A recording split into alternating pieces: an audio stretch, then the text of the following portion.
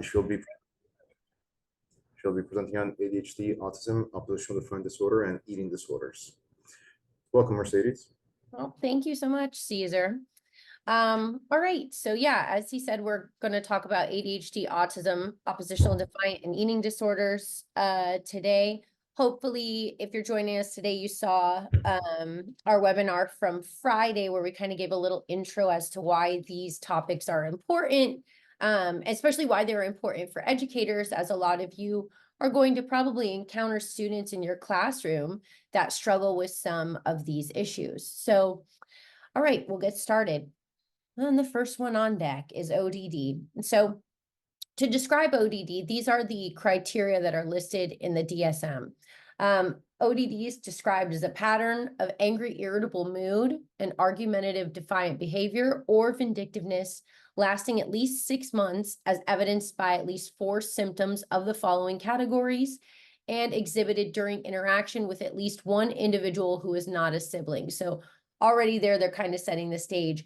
Has to occur for 6 months, because we have to keep in mind that, you know, if a child is presenting over the course of 2 or 3 weeks, very irritable and angry, it could be something is going on during that time frame. And so you need 6 months, and you need to make sure that these interactions are not with a sibling, because everyone knows siblings are annoying. So we can't blame them, right? So under the angry, irritable mood category, we have that they often lose their temper. They're often touchy or easily annoyed, and they're often angry and resentful. And under the argumentative defiant behavior category, we have that they often argue with authority figures. And then for children or adolescents, they will argue with adults or with rules. They often actively defy or refuse to comply with requests from authority figures. They deliberately annoy others, and they blame others for his or her mistakes or behavior. Then I have a couple points about that, but I'll go to the final criteria and then explain those points, okay? Oh, if my mouse wants to work, let's try it this way. There we go. All right, vindictiveness. They've been spiteful or vindictive at least twice within the past 6 months. All right, so a note, the persistent and frequency of these behaviors should be used to distinguish a behavior that is within normal limits from a behavior that is symptomatic. For children younger than 5, the behavior should occur on most days for a period of at least 6 months, unless otherwise noted. Now, I want to stop there for a second. For children younger 5, they're saying it should occur on most days. But keep in mind, if I just back up like one slide here, loses temper, touchy or easily annoyed, angry or resentful, deliberately annoys others. You know what? Honestly, a lot of 3-year-olds and 4-year-olds do that all the time, almost all day long, depending on who they're interacting with. And so you have to take it with a grain of salt, the littler they are. I think when they're about 2 and 3, you know, they're starting to learn independence, and they have like a lot of, they feel a lot of power in the word no. So there's nothing a 3-year-old loves more than to tell an adult, no. I want to keep that in mind, because I don't think that that's necessarily indicative of ODD as much as it is a 3-year-old gaining some independence. And so are they just saying no, or are they completely flat out refusing to do what you're asking them to do and kind of picking fights with the peers? That would be a different story. Anything else in here that I want to touch on? Let's see, for individuals 5 years or older, the behavior should occur at least once per week for at least 6 months, unless otherwise noted.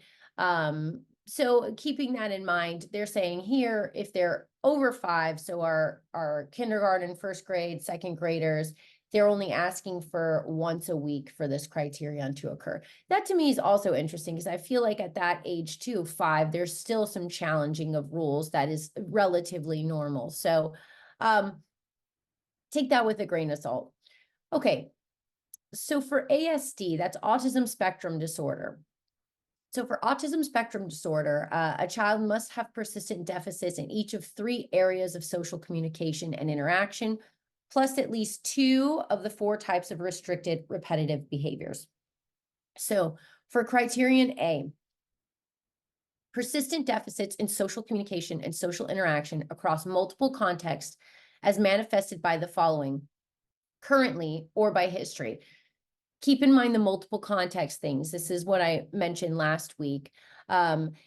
anytime we're evaluating a child for a possible diagnosis, we want to make sure that these problems are present in more than one environment. If it's only present in one environment, we can't rule out the fact that it's just the environment itself that is creating these issues. So when they're saying in more than one context, what they want to see is that this child is having issues in more than one place under more than one condition. Okay, so criterion A, there's deficits in social reciprocity ranging, for example, from abnormal social approach and failure of normal back and forth conversation to a reduced sharing of interests, emotions, or affect to a failure to initiate or respond to social interactions. Now, this is now called autism spectrum disorder, which years ago it was not. And now that it's a spectrum disorder, what that means is that encompasses very mild presentations of the disorder to very severe. And so for criterion A, if we're looking on a severe end, this could be somebody who can't communicate at all, like has no verbal language whatsoever to say what it is that they need. Maybe they don't even respond when people wave or say hi to them. On a much less severe, more mild end of the spectrum, this could be someone who doesn't know how to engage in reciprocal conversation, or maybe they just continuously talk about the same thing without any understanding for like the social structure of give and take. Criterion B, deficits in nonverbal communicative behaviors used for social interaction, ranging, for example, from poorly integrated verbal and nonverbal communication to abnormalities in eye contact and body language, or deficits in understanding and use of gestures to a total lack of facial expression and nonverbal communication. So nonverbal communication, a lot of what we say, we actually say it non-verbally. Like I'm talking right now, but my tone is changing. I'm using my hands. I also have what we call in psychology, affect is basically the way you wear your feelings. So affect is the visual expression of emotions. And so when I'm talking, my eyebrows lift, I smile, whatever, all of those things are indicative of what I'm trying to convey. And so kids with autism might not have facial expressions like that. They also might not understand facial expressions, changes in intonation. If we're talking on a more mild spectrum, this could be just not understanding things like sarcasm. But again, mild to severe. So it could look very different depending on where that child is on the spectrum. Okay, then for criterion C, we have deficits in developing, maintaining, and understanding relationships, ranging, for example, from difficulty adjusting behavior to suit various social contexts, to difficulties in sharing imaginative play or in making friends, to the absence of interest in peers. And so a lot of times what we see with ASD, we see these kids having difficulty connecting with others. This might be the kid who plays alone during free time, who plays alone on the playground, because if you don't have an understanding of social dynamics, even at a young age, it's really difficult for these kids to make friends. And then obviously you can imagine the older they get, the more difficult it gets, because kids, by the time they're in middle school, they can be pretty cruel. And so if you have one kid who lacks kind of social skills and they're in middle school, most of the other middle school kids are not going to associate or want to play with them. It's kind of a natural thing, right? That they just distance themselves. All right, more about ASD. Oh, did I get all the criteria in there? Yes, I did. Okay.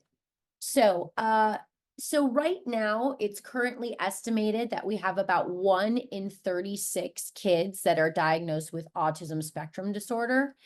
And as I said, it's now called autism spectrum, but before it encompassed three, so autism spectrum now encompasses 3 different disorders: autism, what was called pervasive developmental disorder, and Asperger's, which many of you have probably heard of. Now they're all combined into the one ASD. This is usually diagnosed in about preschool, kindergarten age. We do catch these kids pretty early on, and a lot of them are caught within the school system. Sometimes you have parents that are first-time parents, and so they're not aware of what normal developmental milestones are, and they're not aware that there's any real issue. But once they get into school, A lot of the educators will see them and say, okay, obviously this child is not where they should be developmentally. So I think schools absolutely help identify a lot of these kids who are on the autism spectrum. It's not impossible for them to be diagnosed later in life. I will say that, but it's just not, it's not super common. Okay, for ADHD, I actually want to open up this link here. So let me do that real quick. Okay. I have that open there. All right. So I would wanted to use this one because I like the way it presents better. Okay. So for the diagnostic criteria for ADHD, symptoms and or behaviors that have persisted for at least 6 months in more than 2 settings, or at least 2 settings, including the school, the home, church, etc., and the community. The symptoms have negatively impacted academic, social, and or occupational functioning. If you were here last week, you might remember that I mentioned that that's a big thing for us when we're evaluating someone. If we say that if there's no impairment in functioning, there's no diagnosis. So here they're kind of reiterating that. In patients less than 17 years old, they need at least 6 symptoms. In those that are, older than 17 years old, they need more than or at least than 5 symptoms. Okay. So inattentive type diagnosis criteria. This is, okay, so they're specifying the different types. There's no more ADD. We don't say ADD anymore. Everything falls into ADHD, and we just have different types of ADHD. We have inattentive, we have hyperactive, and then what we have is combined. So this is going to break it down per type. For the inattentive type, this is a child who's going to display poor listening skills. They lose and or misplace the items needed to complete activities or tasks. They get sidetracked by external or unimportant stimuli. They forget daily activities. They have a diminished attention span. They lack the ability to complete schoolwork and other assignments or to follow instructions. They avoid or they're disinclined to begin homework or activities requiring concentration. So kind of a failure to initiate their required tasks. And then they fail to focus on details and or make thoughtless mistakes in their schoolwork and assignments. For the hyperactive type, we might see a kid who is squirming when seated or fidgets with their feet and hands. They might have marked restlessness that is difficult to control. They appear to be driven by a motor or is often on the go. A lot of parents will describe a kid like that, like he's just always on the go. He's just always moving. They lack the ability to play and engage in leisure activities in a quiet manner. They're incapable of staying seated in class, and they're overly talkative. Impulsive symptoms could be that this is a kid who has difficulty waiting their turn. You might encounter those kids where if you ask a question, you have like 5 kids who raise their hand and you have the one that just blah, blah, blah, blah, blurts it out. That would kind of be an example of this. Interrupts or intrudes into conversations or activities of others. Impulsively blurts out answers before the questions have been completed. And so they say that the symptoms must be present prior to the age of 12, and that the symptoms should not be better accounted for by a different psychiatric disorder. That's kind of a normal rule out. And we have the combined type, the predominantly inattentive type, and the predominantly hyperactive impulsive type. Okay, I'm going to bring us back to our slides here. Okay. All right, I did put on this slide that sometimes anxiety or trauma can present similarly to ADHD symptoms.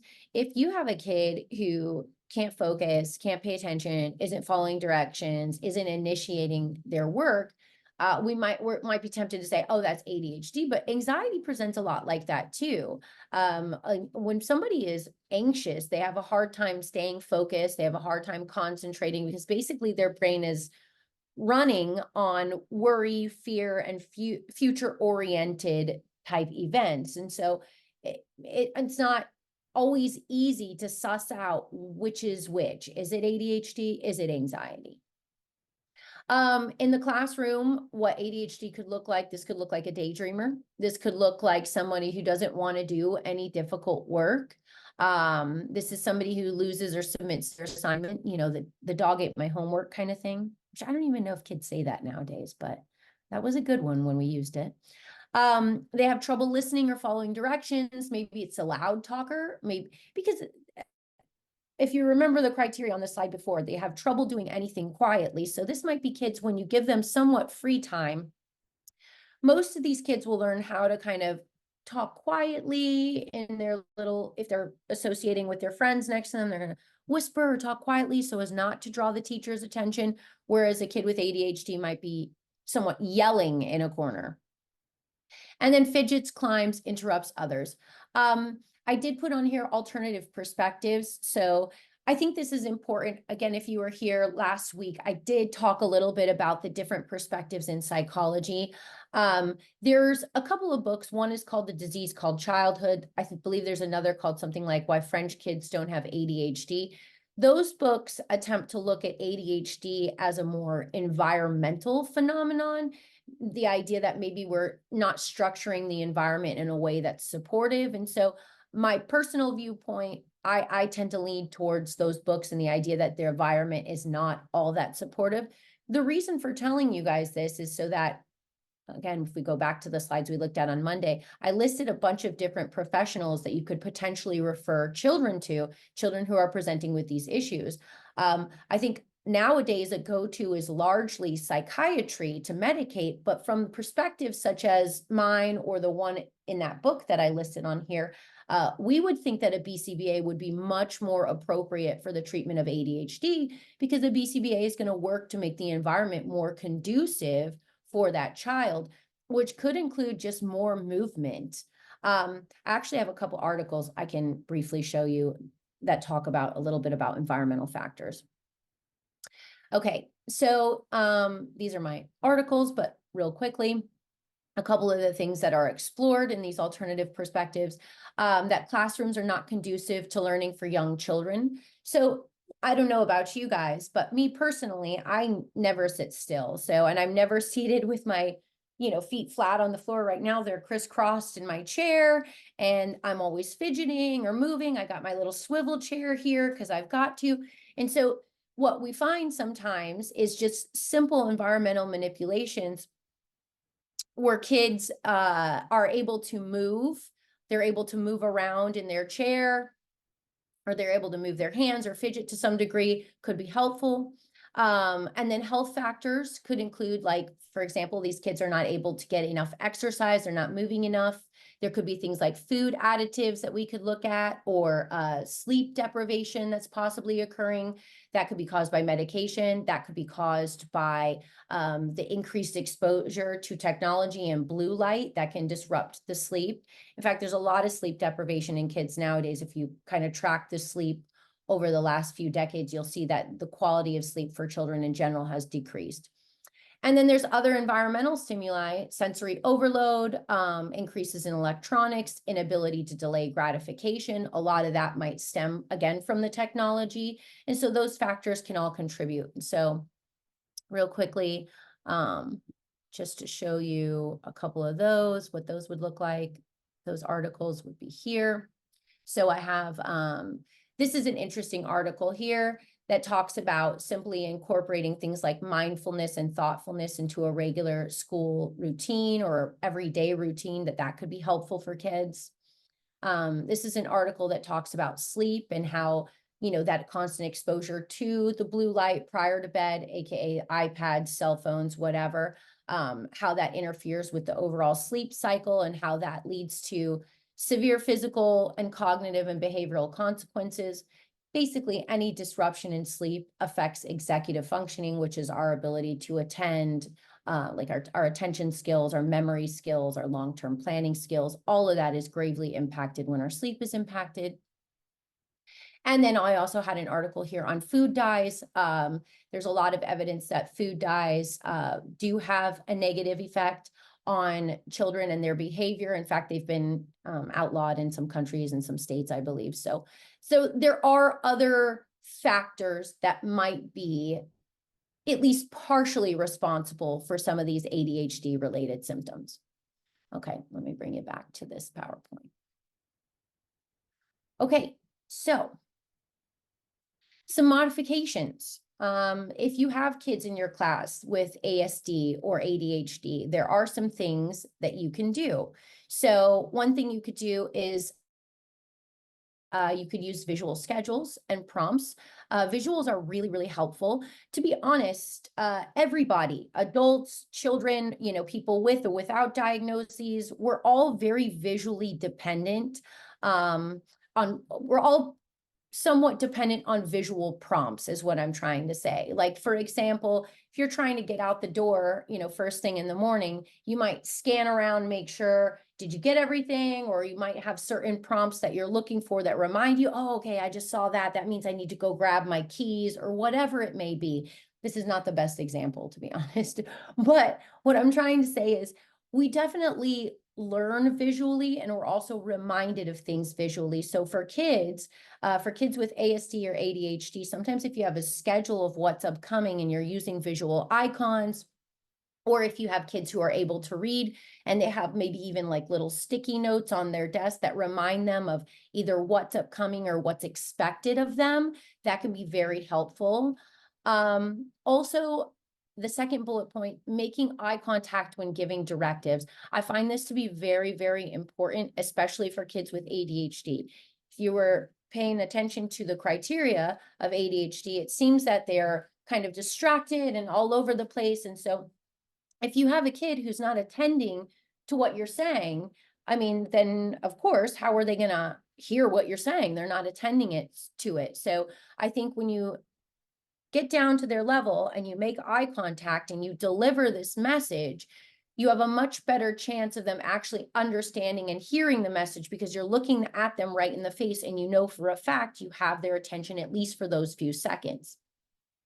I mean, also another good, I guess, suggestion for that would be to have them say it back to you once you have delivered it. So X, Y, and Z, this is what we're supposed to do. Do you understand? Yes. Okay, tell me what we're supposed to do. Another option is fidget toys.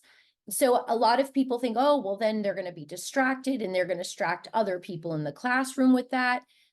It's possible that other kids might notice this fidget toy and be interested in it and want to know what it is. But if you don't give them something to fidget with, they will find some way to fidget with their body. And so you have to think, what is essentially the lesser of the evils, right? Do you want a kid standing up, sitting down, spinning in the chair, rocking back and forth? Or do you want to possibly give them something that they can hold in their hands and manipulate in their hands, which is going to create a lot less commotion than the up and down around that's going to happen if you don't. Also, background noise.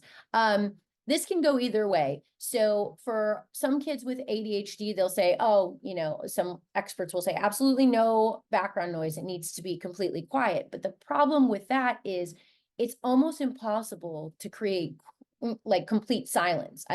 Unless you give them noise canceling headphones, I'm not sure how we would create complete silence. So sometimes what we can do is put on some sort of like background noise that is, you don't want it to be like an engaging song or anything like that. Then they're going to pay attention to that. So it can be somewhat ambient noise, like maybe I'm trying to think of like rainforest sounds or cricket sounds or something like that. Maybe some type of music, but not, like I said, not catchy, super engaging music, just so that that can kind of buffer some of the other sounds that are coming in. Another thing that we definitely suggest, a lot of BCBAs use these, we use token economies. And then I also have behavioral charts, which I'll explain a little bit about those. Token economies, token systems are a way for children to earn, I guess what we call them for them to receive reinforcement, but maybe you guys might call it like rewards or prizes or whatever. So it's a way for kids to earn these prizes in a delayed manner. And so if you want them to complete all their work, you can't have them do one math problem and then say, okay, you can go to the prize box. Oh my gosh, that would be crazy, because then every single math problem, the kids are going to the prize box.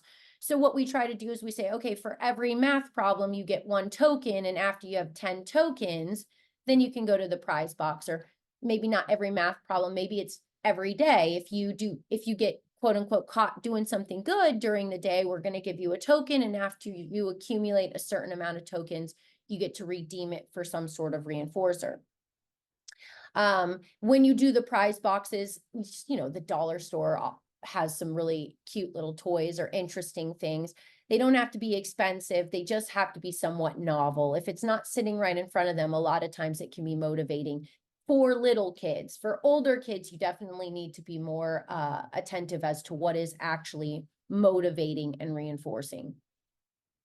Behavioral charts that have consequences.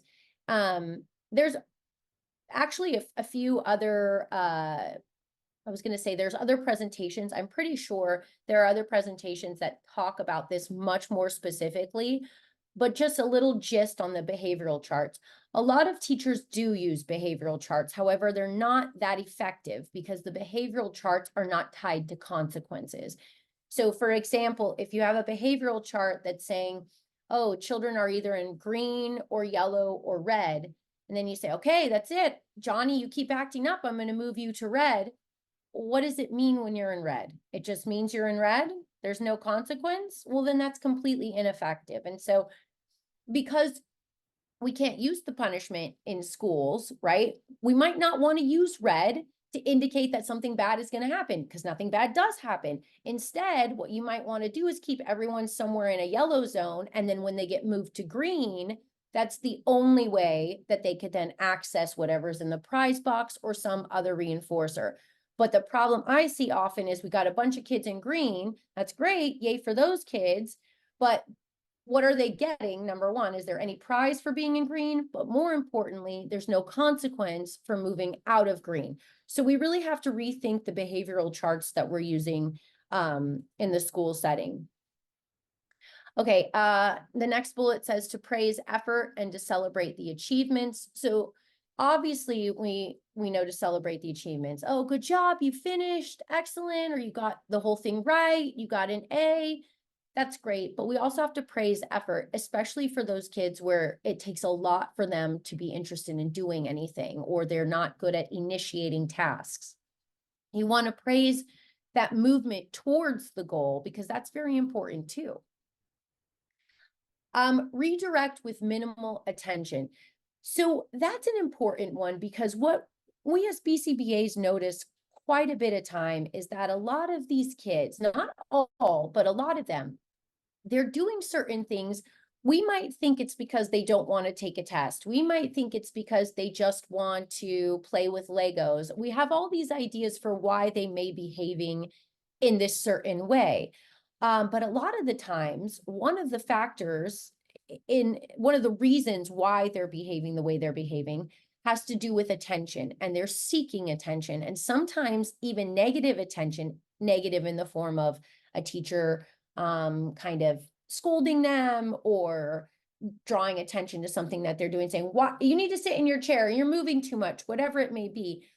So criticism or scolding is still attention. And some kids actually learn to prefer that type of attention over regular positive attention. And so whenever you're redirecting a child that's off task or doing something they shouldn't be doing, make it with minimal attention, just in case the reason they're engaging in that behavior is also for the attention. So what that might mean is you use a simple word, one word, two words. Maybe you just use a gestural prompt like pointing back to the chair. Try not to make too much eye contact.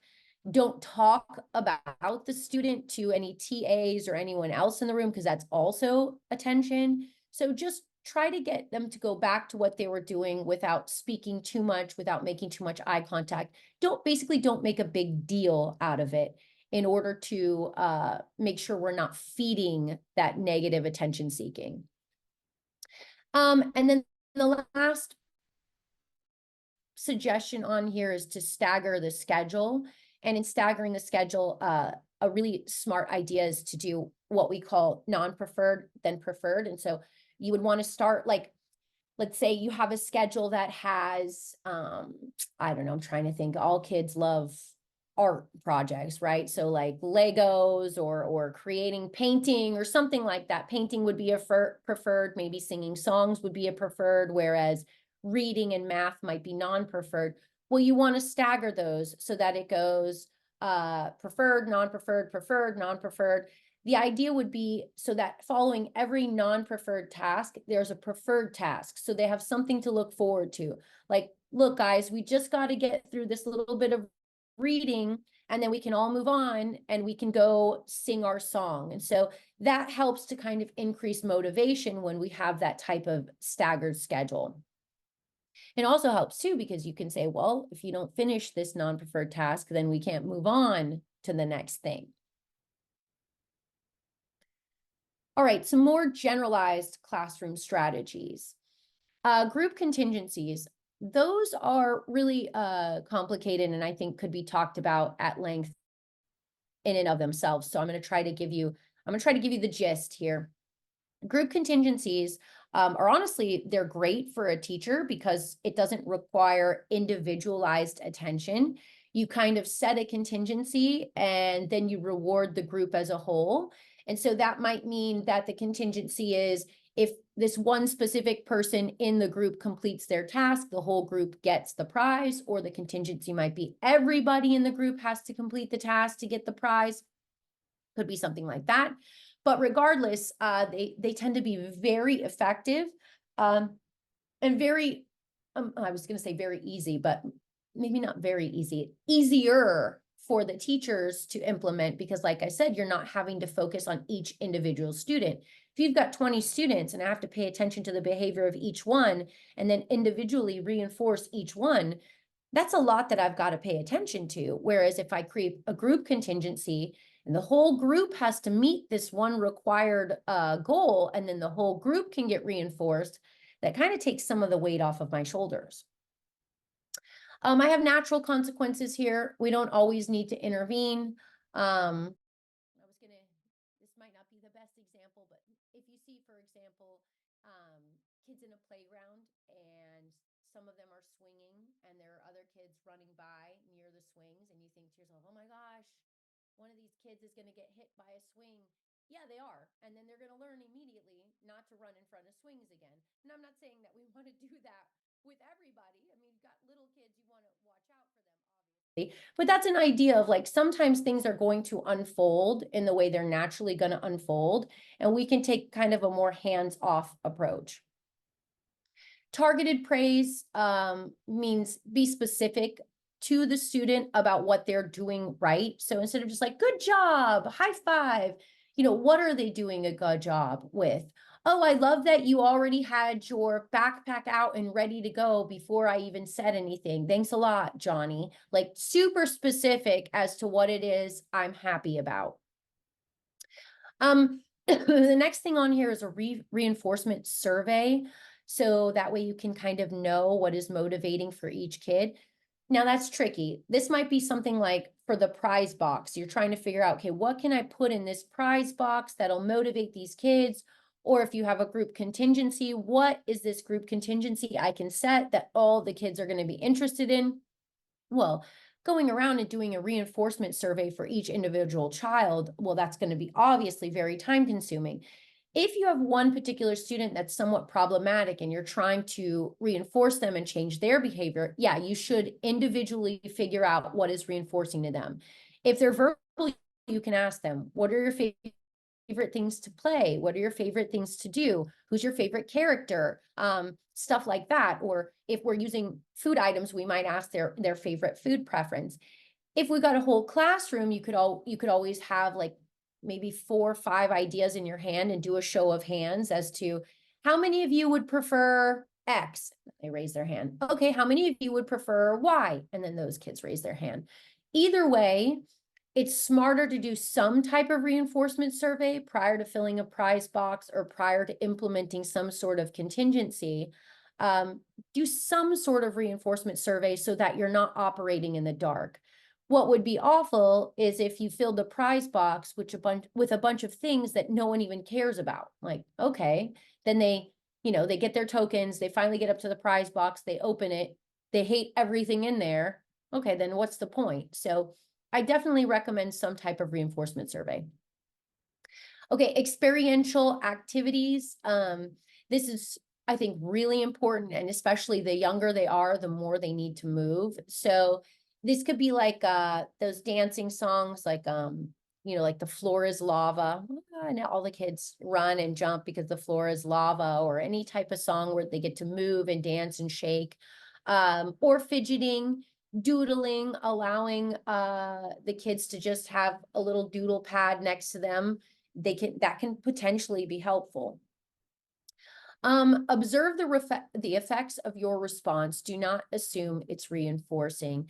And so we kind of talked about this, I think, last week, but as a reminder, the definition of reinforcement is that the behavior increases. And so you don't know if something is reinforcing until you watch the behavior. If you're trying to get kids to raise their hand more, and one kid raises their hand, you're like, thank you so much for raising your hand. You think you're reinforcing, but if the kid never raises his hand again, then you actually didn't reinforce him, you punished him. And so we have to pay attention. If you're praising a kid a lot and that kid is doing less and less of what you've asked, that praise isn't working for you. You're going to have to figure something else out. So don't just keep doing the same thing because you think it's working. Pay attention to what you're doing, and then pay attention to if it is working. If it's not, what you've encountered is a kid who's maybe not responsive to that type of praise or that type of, I don't want to call it reinforcement because it's not, but that's to that type of reward. Okay. It's not a reward for them. And then have an open door / office hours policy. I think that's really important, especially for some of our older kids. By the time these kids are in middle school and high school, letting them know that you're there and able for them to come in and talk to you, that could be really helpful. Miss, I just don't understand my work and I'm confused by this assignment. And maybe you can sit with them and give them a few extra minutes of your time to explain something they didn't understand the first time. Okay. Eating disorders. The two main ones that I'm going to talk about are bulimia and anorexia, because those are the two that are most common in the younger populations. Really, we start to see these emerge in adolescence. So I don't see a ton of this in our little kids and our elementary school kids. That's not to say that some disordered eating patterns haven't been observed in young children. Yeah, they have. Kids as young as 8 and 9 have talked about dieting or have attempted to restrict their intake of food or liquids. I mean, so it does happen pretty young, or I could put it this way, it starts pretty young, but we generally don't see full-blown eating disorder criteria until at least adolescence. The first one we're going to talk about is bulimia. Bulimia is a recurrent episode of binge eating, and the binge is characterized by both of the following. So this is important too, because a binge, according to psychology, not just common everyday speak, when people are like, oh my God, I binged, I had a half a bag of Cheetos. Okay, is that a binge? It depends. So according to us, when we look at somebody and evaluate them for a potential eating disorder, a binge is somebody that is eating within any 2-hour period an amount of food that is definitively larger than what most individuals would eat in a similar period of time under similar circumstances. And so if I eat an entire bag of Cheetos in 2 hours and call it a binge, is it a binge? No, probably not, because is that definitively larger than what any other individual would eat during that time period? No, I think that another individual might very well eat a bag of Cheetos in a 2-hour time period. Now let's look at it like this. If I order a large pizza and a box of Twinkies and 4 beef jerkies and maybe a couple other things in there, and I eat that within that amount of time, that's probably a binge, because most people would look at that amount of food and say, no, that's way too much food. So criteria 1 is this excessive amount of food that is consumed in a relatively short amount of time. Criteria 2 is the feeling that one cannot stop eating or control how much they are eating. And so that, I think, is a key feature in a binge. A binge is not an enjoyable thing. It's not when you're looking at your plate and you're like, ooh, I'm going to have 1 extra piece of pizza just because I'm feeling naughty today. That's not what that is. A binge is there's a lot of guilt and there's a lot of negative feelings associated with this eating that is happening. Sometimes people are crying and they just feel like they can't stop. Criterion B says recurrent inappropriate compensatory behaviors in order to prevent weight gain, such as self-induced vomiting, misuse of laxatives, diuretics, or other medications, fasting, or excessive exercise. That is very important criteria for bulimia. It's not bulimia if there's no compensatory behavior. So the compensatory behavior, it could be a number of things. I think we tend to think of self-induced vomiting as the go-to, but not all people with bulimia will vomit. Sometimes this is laxative use, other medications. Sometimes there's excessive fasting. In fact, the reality of fasting and dieting is that the more someone restrictive eats, the more likely they are to binge. So if we want to look at where some of these binges come from, we can blame some of this dieting culture stuff in itself. All right, now anorexia in contrast. So in contrast, anorexia might have some binges as well, but it looks slightly different. So with anorexia, there's a restriction of energy intake relative to requirements, leading to a significantly low body weight in the context of age, sex, developmental trajectory, and physical health. What does that mean? It means that they're eating so little that they lose a lot of weight. I'm going to tell you the key differentiator between anorexia and bulimia is the weight. So with anorexia, like I said, we might see a binge, but it's a much smaller binge and they're happening much less frequently. With anorexia, the general trend is that they are very restrictive in what they eat, kind of a very strict diet with very minimal intake of food. And that does cause quite a bit of loss in body weight.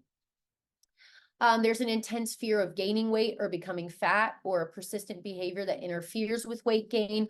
A lot of times with anorexia, we see excessive exercise.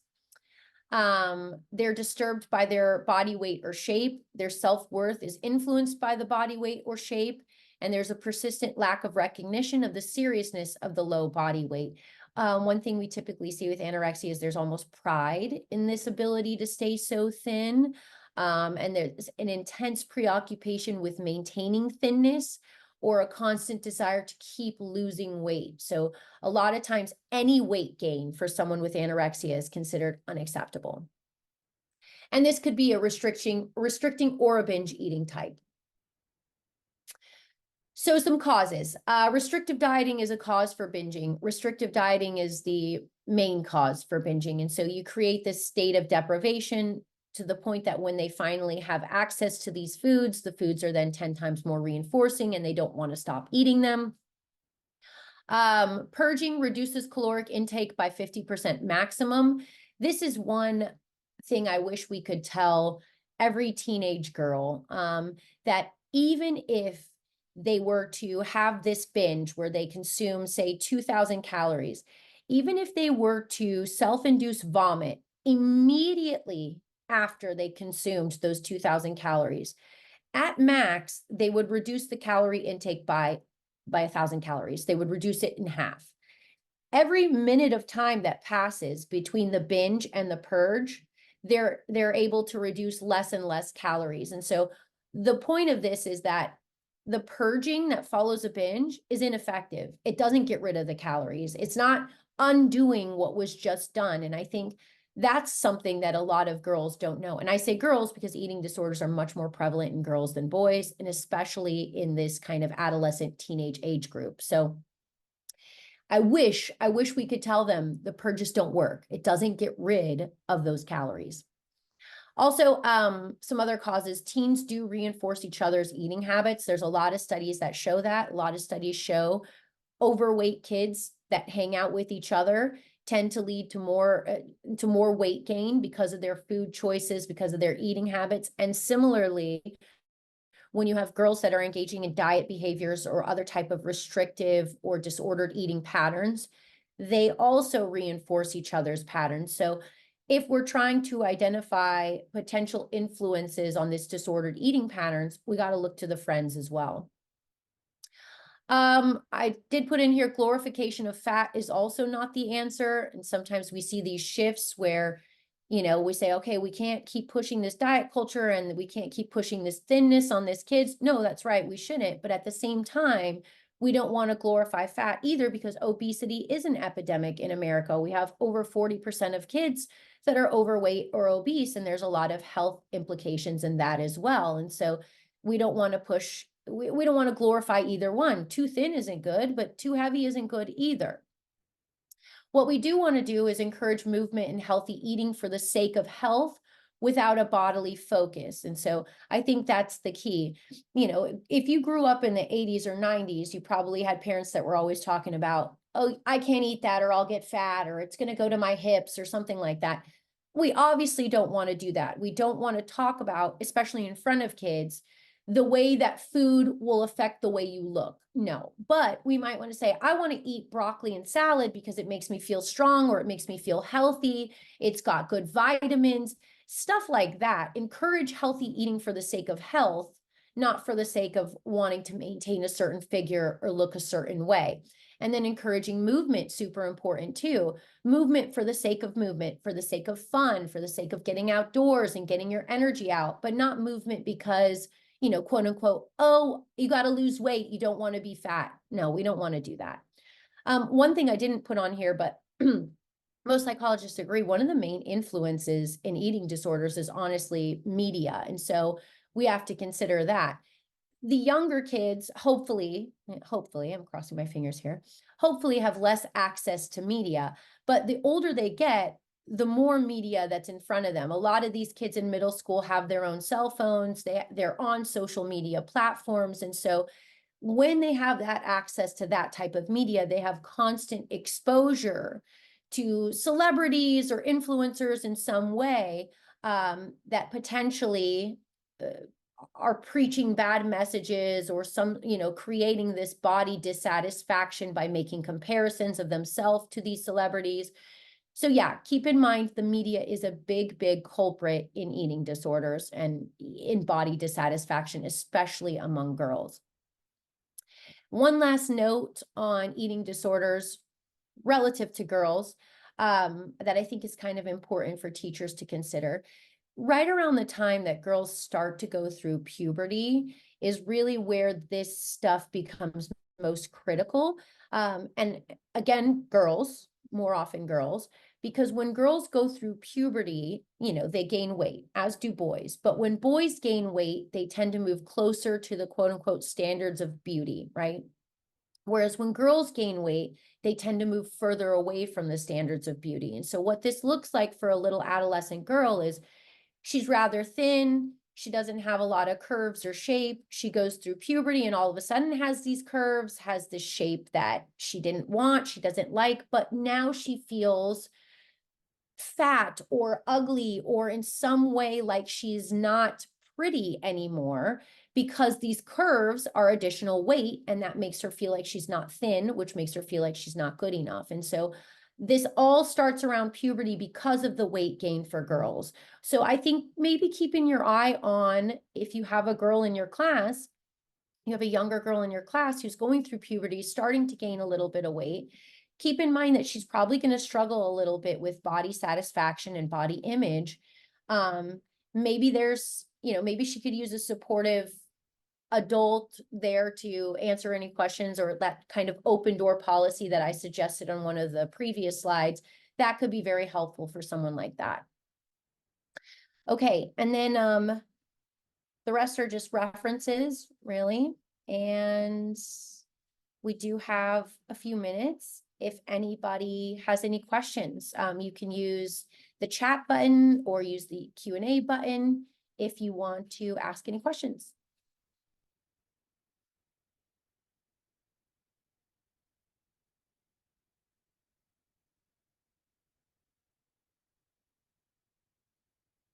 I don't see any questions, but I can wait a couple minutes and see if you guys change your mind. Okay. Thank you so much, Mercedes, for that was very informative. Welcome. Thank you. Go on to the next slide, please.